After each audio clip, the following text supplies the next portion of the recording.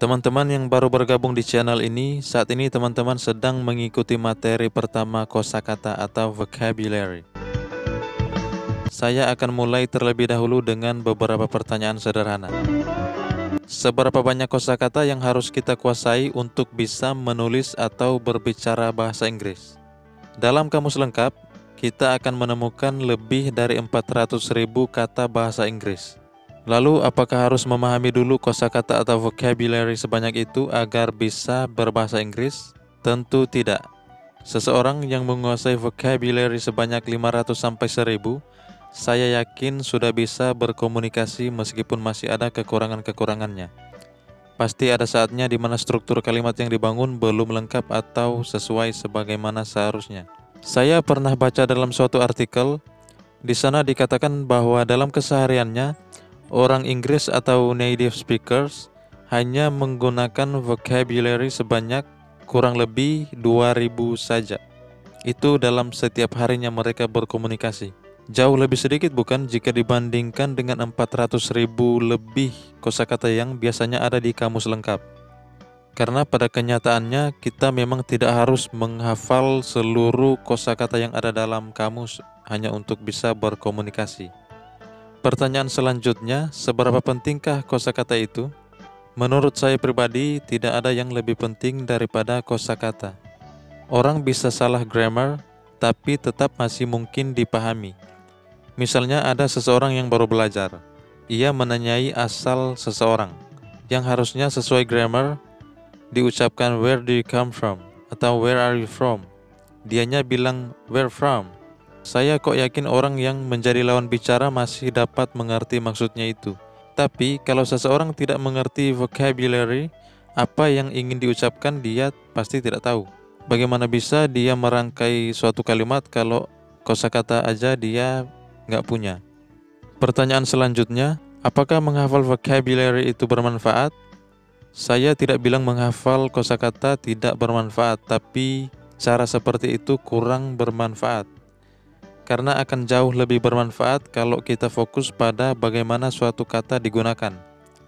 Jadi tidak dengan menghafal kosakatanya sendiri satu persatu, tapi mempelajari bagaimana kata itu digunakan dalam konteks kalimat. Saya kasih contoh kata present. Kata present ini bisa berubah makna sesuai konteks yang ada dalam kalimat. Bukan hanya itu, bahkan pengucapannya pun bisa berubah, tergantung kelas kata yang digunakan seperti apa. Kata yang teman-teman lihat ini bisa bermakna yang sekarang atau sekarang, bisa juga bermakna memperkenalkan atau mempersembahkan, dan juga bisa bermakna hadiah. Perhatikan contoh berikut ini. I want to buy a birthday present for my sister. I don't have her present address. I'd like to present you to my family. Saya cukup yakin kalau teman-teman sebenarnya bisa menebak makna dari ketiga kosakata yang disorot dengan warna biru itu. Jadi kalimat pertama present bermakna hadiah. Kalimat kedua bermakna sekarang atau saat ini. Sedangkan kalimat ketiga bermakna memperkenalkan. Sebagai noun dan adjektif, penekanannya ada di bagian awal. Present. Present. Sedangkan bentuk kata kerjanya penekanannya ada pada suku kata yang kedua. Present. Present. Tentu tidak semua kata yang bisa digunakan sebagai noun, verb, atau adjektif bisa berubah-ubah pengucapannya. Ini bisa dibilang bagian kecilnya saja dari pengucapan karena kebanyakan pengucapannya bisa sama. Misalnya promise. Kata kerjanya tetap promise, kata bendanya tetap promise. Tidak berubah. Jadi itu merupakan pendahuluannya. Dan sekarang saya akan langsung bagikan kosakata lainnya yang umum digunakan sehari-hari. Saya mulai dari kata buy, yang artinya membeli. I need to buy a new charger. Saya perlu atau harus membeli pengisi daya yang baru. I bought my phone 2 years ago. Saya beli ponsel saya 2 tahun yang lalu. Late, telat atau terlambat. Sorry for being late. Maaf telat atau maaf terlambat. My teacher was angry with me because I was late. Guru saya marah sama saya karena saya terlambat. Make sure that you do not stay up too late. Pastikan kamu tidak begadang. Dalam kalimat terakhir ini, kata late digunakan sebagai adverb atau kata keterangan. Kalimat pertama dan kedua, kata late digunakan sebagai adjective. Invite, undang atau mengundang. I have invited some of my friends to my birthday party. Saya sudah mengundang beberapa dari teman saya ke pesta ulang tahun saya. Did you invite your classmates? Kamu mengundang teman-teman kelasmu? Key, kunci. I forgot where I dropped the key. Saya lupa di mana saya jatuhkan kuncinya. Where's the key? Di mana kuncinya? Homework, pekerjaan rumah atau PR, biasanya dari guru sekolah. Have you done your homework? Kamu sudah bikin PR-mu? I'll do my homework with my friends. Saya akan kerjakan PR saya bersama teman-teman saya. Housework, pekerjaan rumah. Would you mind helping me with the housework? Bisakah kamu bantu saya dengan pekerjaan rumah? I still have a lot of housework to do. Saya masih punya banyak pekerjaan rumah yang harus dilakukan. Housework adalah pekerjaan yang ada di rumah, misalnya bersih-bersih jendela, menyapu, dan sebagainya. Juga penggunaan kata mind dalam would you mind, bentuk kata kerja yang mengikutinya harus dalam bentuk gerund atau kata kerja yang ditambahkan ing. Contoh lainnya, would you mind closing the door? Would you mind opening the window? Jadi jangan gunakan would you mind to close atau would you mind to open. Itu salah. Face sebagai kata kerja bisa bermakna menghadapi, dan sebagai kata benda bisa berarti wajah. Don't cry. Face your problem like a man. Jangan menangis. Hadapi masalahmu layaknya seorang lelaki. She has a beautiful face. Ia memiliki wajah yang cantik. Jadi face dalam kalimat pertama digunakan sebagai verb, kalimat kedua digunakan sebagai noun. Discuss, berdiskusi atau mendiskusikan. I need to discuss this matter with you. Saya perlu mendiskusikan masalah ini denganmu. We'll discuss it at the next meeting. Kita akan mendiskusikan atau membahas itu pada pertemuan selanjutnya. Camera, kamera. Do you have a digital camera? Kamu punya kamera digital? No, I don't have a digital camera. Tidak, saya tidak punya kamera digital. Kind, bisa bermakna jenis atau macam, bisa juga bermakna baik hati atau ramah. What kind of dog do you pet? Jenis anjing seperti apa yang kamu pelihara? She's a kind teacher. Ia guru yang baik. She's really kind. Ia sangat baik. Find, menemukan. I can't find my phone anywhere. Saya tidak menemukan ponsel saya di mana-mana. Can you help me find my wallet? Bisakah kamu bantu saya mencari dompet saya? Door, pintu. Don't forget to close the door. Jangan lupa mengunci pintunya. Have you closed the door? Kamu sudah kunci pintunya? Dinner, makan malam. It's time to eat dinner. Saatnya makan malam. I'm preparing a delicious dinner for them. Saya sedang menyiapkan makan malam yang enak buat mereka. Advice, saran atau nasihat. You should have taken my advice.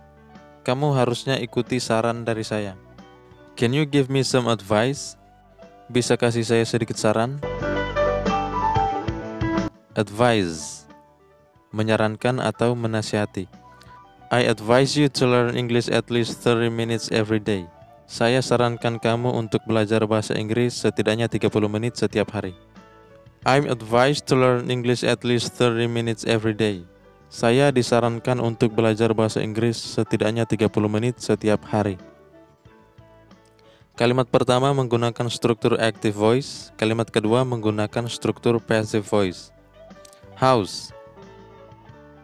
I'm living with a friend of mine at the moment. My house is still being renovated. Saya tinggal di rumah teman saya saat ini. Rumah saya sedang direnovasi. I'm going to move to a new house. Saya akan pindah ke rumah yang baru. Married, menikah.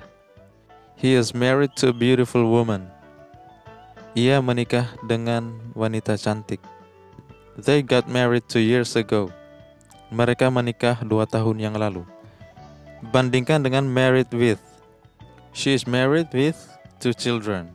Ini artinya menikah dengan dikaruniai 2 orang anak. Jadi jangan gunakan with dengan seseorang yang menjadi pasangan nikah. She is married with a rich man. Ini salah, ganti with dengan to. She is married to a rich man. Ia menikah dengan pria kaya. O'clock, jam. Biasanya digunakan dengan angka 1 sampai 12. It's 9 o'clock now. Sekarang jam 9 tepat. I woke up at 7 o'clock this morning. Saya bangun pukul 7 pagi ini. Afraid, takut. Don't be afraid of making mistakes. Jangan takut kalau kamu bikin kesalahan. Don't be afraid to ask for help. Jangan takut untuk meminta bantuan. Car, mobil. My car has been stolen. Mobil saya telah dicuri. Where did you park your car? Di mana kamu parkir mobilmu? During, selama atau sepanjang. He fell asleep during the exam. Ia tertidur selama ujian. The dog kept barking during the night. Anjing itu terus menggonggong sepanjang malam. Like, seperti atau mirip. She is like her mother. Ia mirip ibunya. Bisa juga she looks like her mother. Di sini like digunakan sebagai preposition. Like, suka atau menyukai. I don't like that movie. Saya tidak suka film itu. Do you like it? Kamu menyukainya? Di sini like digunakan sebagai verb. Asleep, tertidur. I could fall asleep watching such a movie. Saya bisa tertidur atau ketiduran menonton film seperti itu. She was asleep when I got home. Ia sedang tertidur saat saya tiba di rumah. Mean. Di sini artinya pelit. My little sister is so mean. She never buys me anything. Adik perempuan saya sangat pelit. Ia tidak pernah membelikan apapun buat saya. That was so mean of you to say that. Jahat sekali kamu mengatakan itu. Kalimat kedua ini mean bermakna jahat. It's not a joke. I mean it. Itu bukan candaan, saya serius. Atau saya sungguh-sungguh beneran. Mean di sini bermakna serius atau bersungguh-sungguh.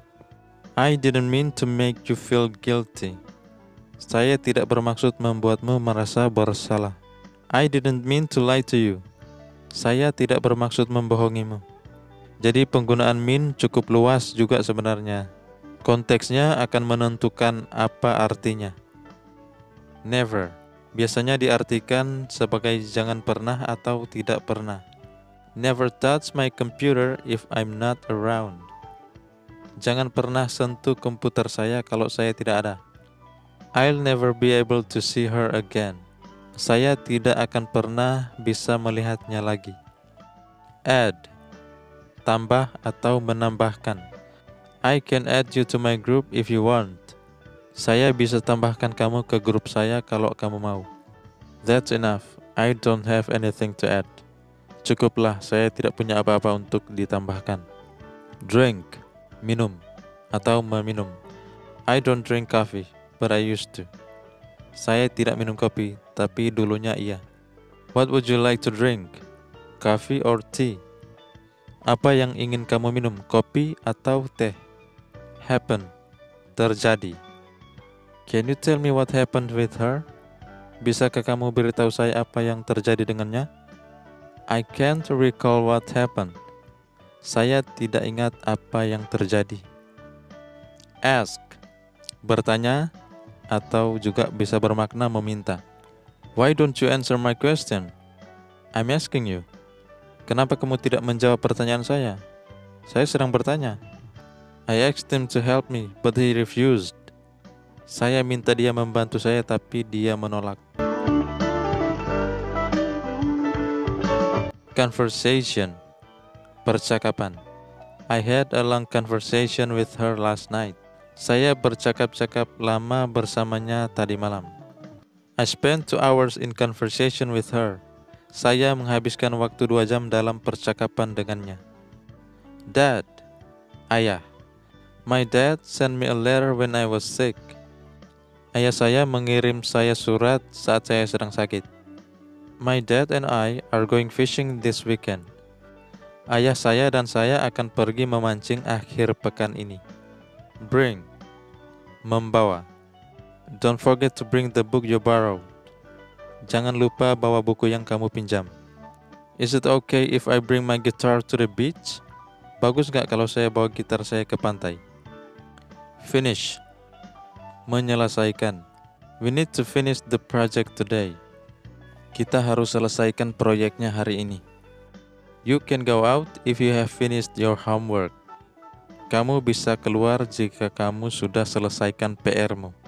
Improve, meningkatkan. I always improve my English every day. Saya selalu meningkatkan bahasa Inggris saya setiap hari. My English has improved a lot this month. Bahasa Inggris saya telah banyak meningkat bulan ini. Keep, tetap atau terus, bisa juga bermakna simpan atau menyimpan. Never give up, just keep on learning. Jangan pernah menyerah, belajar saja terus. Where do you keep the sugar? Di mana kamu menyimpan gulanya? Know, tahu. He doesn't know that his cat is dead.